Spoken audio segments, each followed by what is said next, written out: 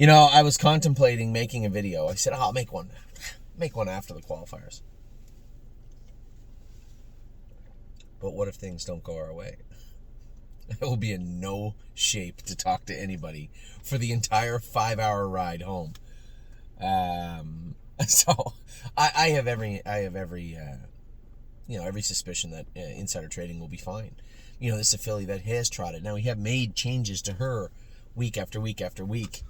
The break last week was unfortunate. We were so worried about getting her away from the car and keeping her quiet. Never dawned on me that she could make a break where she did. She just got just these minor mistakes mentally that she's made that she didn't make all year, but she is a young trotter. And when you look at her lines, you're like, oh, she's pretty fractious, but she really isn't.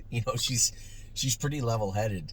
But you got to put it all together. So we'll see how she is today and how she goes. I've been disappointed, but not in her. I mean, just disappointed in the whole situation of her not making the qualifications, and then having to put her and us in this position where we have to qualify in the mud on a Tuesday, 4 days before the race. Not the position I want to be in with her in any way, shape, or form. But nevertheless, you have to play the hand you're dealt, and that's what we say all the time, and that's what we're going to do. So here I am this morning. I'm going to go last trip with Austral Hanover here in a minute. He just come off the track. I did a video, then I get interrupted, and I actually had a video of him walking up. He's sharp, in good spirits. We're going to train him today in the mud. We're going to school Spitfire overseas. Both those horses are in on Sunday. Crantini's still at Northfield. He'll come over in a few days, a couple of days maybe, and then Buzz has been razor sharp. Tim has either trained him or will be training him tomorrow. No concerns there. So really the concerns for me today are I'm going to school Pull Shoes just a little bit. Just want to see if she's trotting good with her new shoes on. Tim feels she is, but no disrespect, but Tim hasn't had her all winter. And I told him, I said, she's done this before. When she's not 100%, you just a minor little tweak, and she's perfect. But the other side of that coin is she can get bad. And I believe the shoes that we have on her, the way that we changed her, how it played out in my mind anyway, was that this is the right move, and I think she'll be fine. I just want to validate that with a trip behind the gate this morning. So both her and Pull the Shoes will go slow mile today. Pull the Shoes will go a little slower than insider trading, but they'll both go trips behind the gate today. So that's my morning in a nutshell. Muddy. I woke up, I'm like, sun. Oh, rain. And it's unfortunate, but it is what it is. It's part of life, and no complaining. So we're going to get the babies and the horses trained here in the mud. Then I'm going to be off to Ontario. This is going to start the skid of a long stretch of pretty stressful, chaotic days. Today, not so bad. I just got to drive back to Ontario, but I am coming back to Ohio tomorrow evening, right? I'm going to come back to Ohio tomorrow evening. If I happen to be driving by Buffalo when Really Don't Care is racing, I might stop in. But as of right now, just driving to Ohio. Big night tomorrow night. We got a lot of horses racing. Here's I just have a picture. Really excited about Steel Cowboy today. Steel Cowboy, Atlas Hanover, Unbeatable Kemp, Gandalf the Black. Excited about the entire day. And then Wednesday is going to be a real big day. We got Paycheck Princess and Really Don't Care in the afternoon. And then a host of horses at night.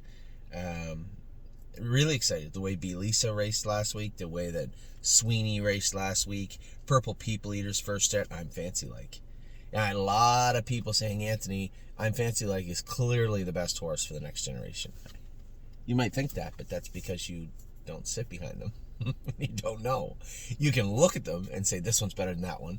I can assure you that although I'm Fancy Like raced tremendous last week and is a very nice filly, I do not think that she is just yet to the caliber. Now, I shouldn't say that. Just yet, right now, it may look like she's a better filly, but we never put the work and the tightening into Venice Blue Chip that we did to I'm Fancy Like. This is a process, and the culmination of that first part of that process you saw last week with I'm Fancy Like, but we had just begun that process with Venice Blue Chip. So I think you're going to see the Venice Blue Chip show up on Saturday that we know is in there. And that's taking nothing away from my Fancy Like, just a beautiful filly. So let's get into what took place yesterday. Per Lucky, he's a tweener, right? He's not quite good enough to win that class, but he's definitely good enough to be there. And yesterday, had the trailing post, not really his cup of tea. But he was coming off a bit of a scorcher, so that inside trip kind of probably helped him in the long run. He's a tough horse, a really, really nice old horse. You just have to treat him kindly. And I think that Tyler did a great job with that yesterday. Didn't really get the result we wanted, but I think if we're on the gate, I wonder if they've written it for the July 4th weekend. That would be cool if they did. I bring that up because I'm always, I'm always in a state of argument with myself. And when it comes to, let's say discussion, maybe not argument, all right?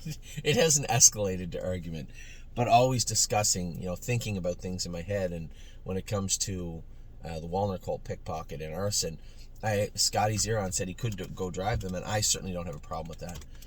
The only problem I have is he's never sat behind Pickpocket. And if something were to go wrong with Pickpocket, the obvious argument from all of my wonderful partners would be, Anthony, you know the horse, he was the best, why wouldn't you just go drive him? Now the other side of that is if I go down there and drive him poorly, or it doesn't work out, or he makes a break on me, Scotty was available. So that's the place that I'm always in when it comes to our horses. I do the best I can, and when it comes to Pickpocket, it's a long year. The drive on Pickpocket will be surrendered 100% by me. And whether that means Scotty, James, Mark, someone else comes and drives the horse, that's fine. I got a lot of fish to fry, and it's always the insider tradings, right? This is my job.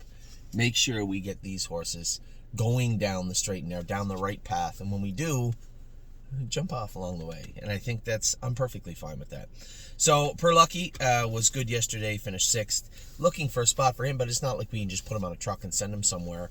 I think you'll probably end up seeing him at Mr. Eaton's place, at Jim Eaton's place. Same as Took a Dive Off Dipper. He's got a farm there with paddocks. He's going out and get turned out for a couple of weeks, and then he's going to start racing in Illinois. It's just too tough for him in Kentucky.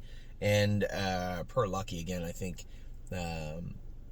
although I'm wrong, they don't actually start at Hawthorne Racetrack until September.